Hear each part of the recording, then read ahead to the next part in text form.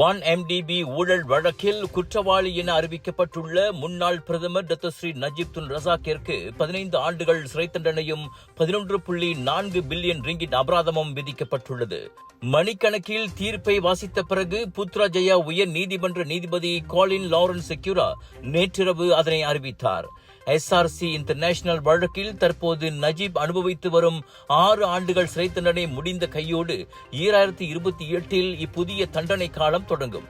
அபராதத்தை செலுத்த தவறினால் கூடுதலாக 270 மாதங்கள் அவர் சிறையில் இருக்க வேண்டுமென நீதிபதி அறிவித்தார். 4 அதிகார துஷ்பிரயோக குற்றச்சாட்டுகள், 21 பண மோசடி குற்றச்சாட்டுகள் என அனைத்து 25 குற்றச்சாட்டுகளிலும் நஜீப் குற்றவாளியே என உயர் நீதிமன்றம் முன்னதாக தீர்ப்பளித்தது.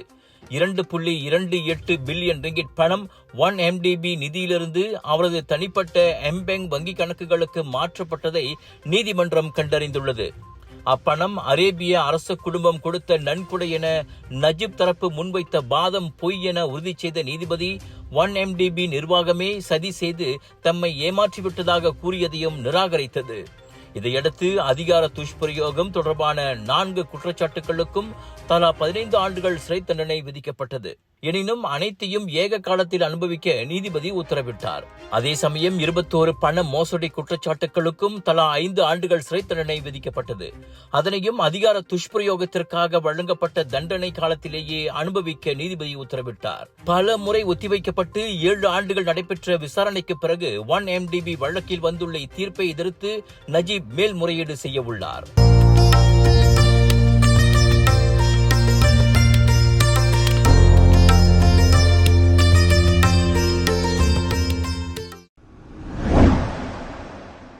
MDB வழக்கில் தீர்ப்பு தமக்கு எதிராக வந்துள்ளதால் நீதிமன்றங்களை அவமதிக்கும் வகையில் நடந்து கொள்ள வேண்டாம் என முன்னாள் பிரதமர் doctor Sri Najib Tun Razak தனது ஆதரவாளர்களை கேட்டுக் கொண்டுள்ளார்.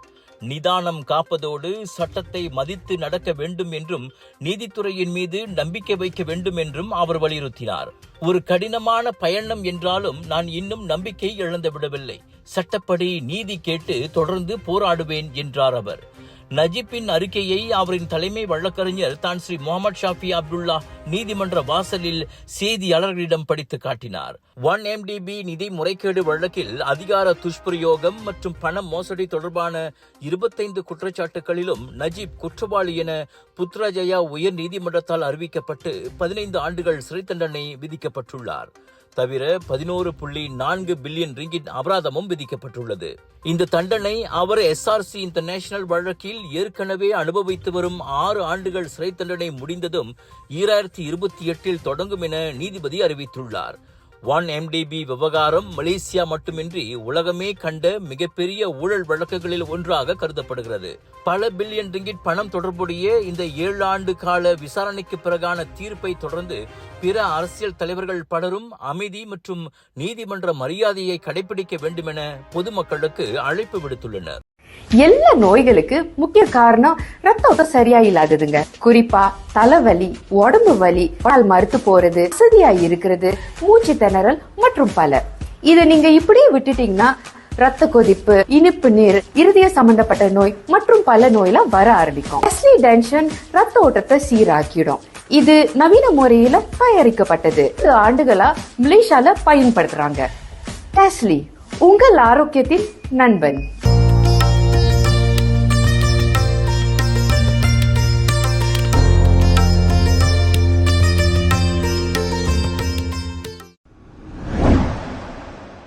இன்றிரவு புக்கேஜாலில் தேசிய விளையாட்டரங்கம் தளபதி திருவிழாவால் களை கட்டவிருக்கும் நிலையில் என்றும் இல்லாத அளவுக்கு பிரம்மாண்ட உணவு திருவிழாவுக்கும் ஏற்பாடு செய்யப்பட்டுள்ளது. கலர்ஸ் ஆஃப் இந்தியா ஏற்பாட்டில் 200க்கும் மேற்பட்ட உணவு விற்பனையாளர்கள் ஒரே இடத்தில் கூடுகின்றனர். 10 மணி நேரங்களுக்கு சுமார் 1 லட்சம் பேருக்கு தேவையான பலவித உணவுகளும் பானங்களும் இங்கு கிடைக்கும். எனவே தளபதி விஜயை காண வரும் அதே வேளை இந்த மாபெரும் உணவு திருவிழாவிலும் பங்கு கொண்டு மகிழுமாறு கலர்ஸ் ஆஃப் இந்தியா ரசிகர்களுக்கு அழைப்பு விடுத்துள்ளது. ஜனநாயகன் படத்தின் இசை வெளியீட்டு விழாவோடு விஜய்க்கு திரையுலகிலிருந்து பிரியாவிடை வழங்கும் வகையில் மாபெரும் இசை நிகழ்ச்சியாகவும் இந்த தளபதி திருவிழா அமைகிறது.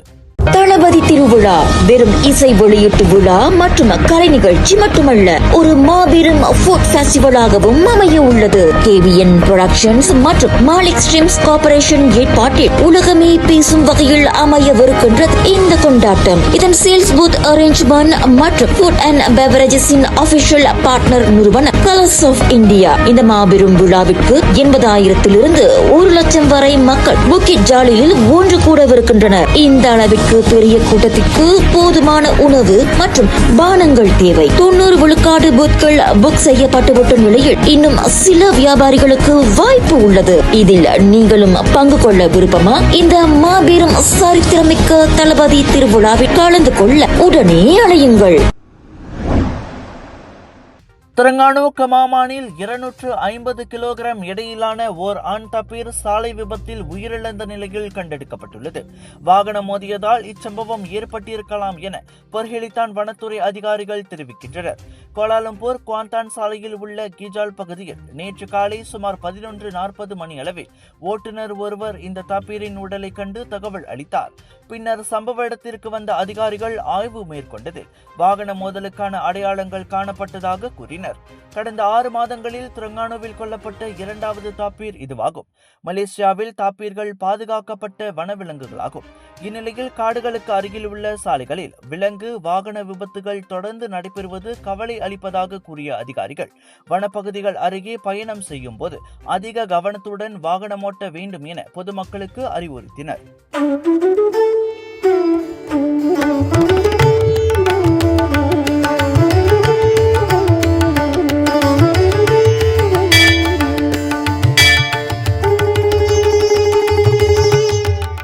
உங்கள் சிறந்த ஆரோக்கியத்திற்கு அளவான எண்ணெயுடன் சிறந்த முறையில் தயாரிக்கப்பட்ட சைவம் அசைவத்திற்கும் பொருந்தும் சூப்பர் ஊறுகாய் பச்சை கொடி சிவப்பு மீன் சின்னம். Check out my hands-free Go Golf Skechers slip-ins. I just step in and they're on. No bending down, no touching. It's great, but it's your turn to play.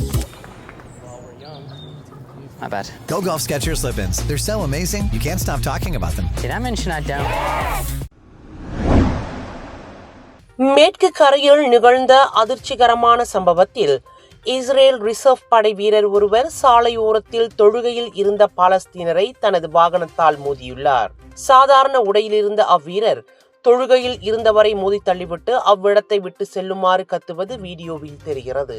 அந்த வீடியோ சமூக ஊடகங்களில் வைரலாகி கடும் கண்டனத்தை பெற்ற நிலையில் இஸ்ரேலிய ராணுவம் உடனடி நடவடிக்கை எடுத்துள்ளது.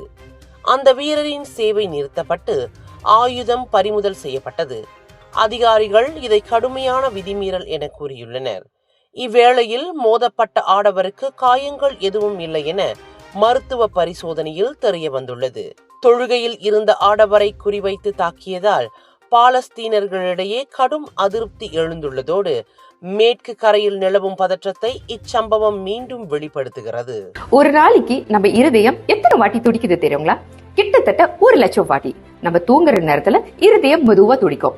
நம்ம இருதயம் ஒரு என்ஜின் மாதிரி நான் ஸ்டாப்பா உடம்பு முழுதும் ஆக்சிஜன் பம்ப் பண்ணிட்டு கார்பன் டை ஆக்சைடை வெளியாக்கிடுறோம். ரத்த ஓட்டம் இருதயத்துக்கு சீரா இல்லைன்னா பல பிரச்சனைகள் வர ஆரம்பிக்கும். உயர் ரத்த கொதிப்பு, இருதய சம்பந்தப்பட்ட நோய்கள் மற்றும் பல. டெஸ்லி டென்ஷனோட மகிமை ரத்த ஓட்டத்தை சீராக்கிடும், இருதயத்தின் சுமையை குறைக்கும். டெஸ்லி உங்கள் ஆரோக்கியத்தின் நண்பன்.